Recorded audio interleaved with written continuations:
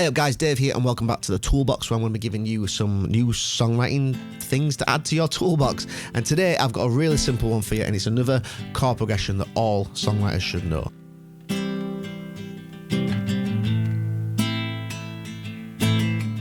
It was used a lot during the 50s, so if you want to write something, or if the song that you are aiming to write needs that old-timey kind of sound, then it's a really good place to start with. So I'm going to show you the chord progression in a couple of different ways, and I'm going to show you how to adapt the chord progression to make it a bit more interesting. So you've got some other places you can take it. So first of all, let's start with the key of G. This chord progression is 1, 6, 4, 5. So in the key of G, that's the 1 chord G major, going to the 6 chord E minor, going to the 4 chord C major, going to the 5 chord D major.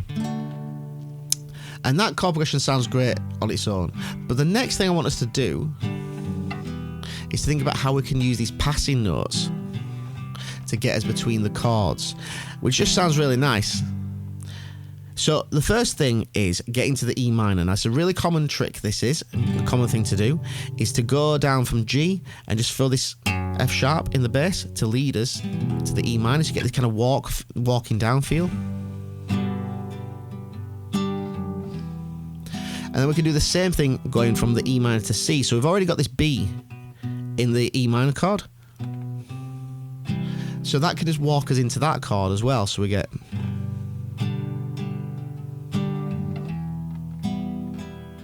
and then we get to the D chord, and the D major has got the F sharp in the bass, and that can be used in this situation. It's called a chord inversion. That's the first inversion because we're taking the third of the chord and putting it in the bass. But what that does in this context is it provides another passing note to get us back to that G chord. So adding a few passing notes will sound like this.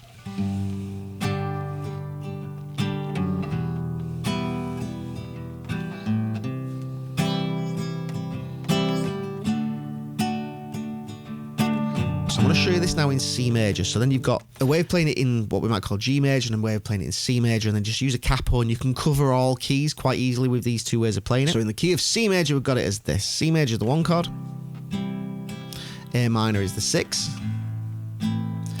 F major is the 4, to G major, which is the 5. Then we can add the passing notes.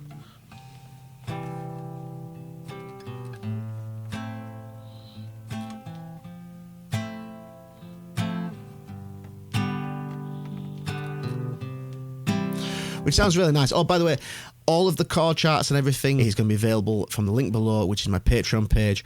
There's loads of things there. It's going to be, like I said, the toolbox, just providing you like songwriting tools that you can use at your disposal. And there's going to be all the resources available there, so check it out. This is quite a standard chord progression, so people are quite familiar with it, which is a real advantage. One reason why you should know it.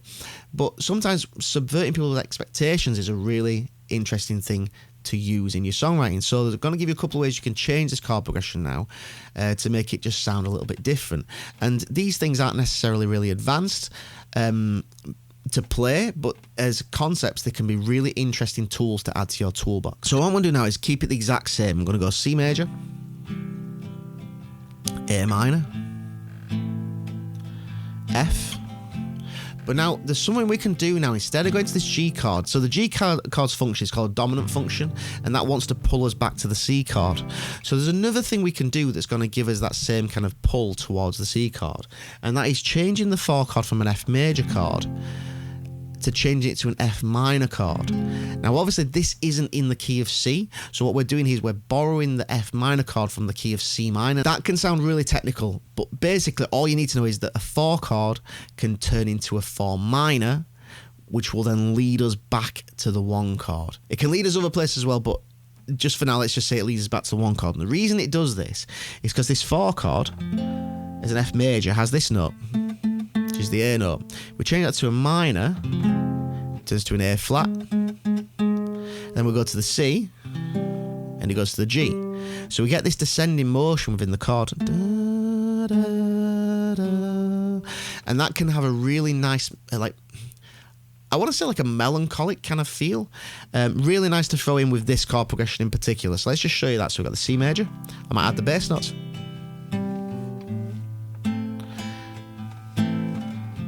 I've got the 4 chord, 4 as a minor,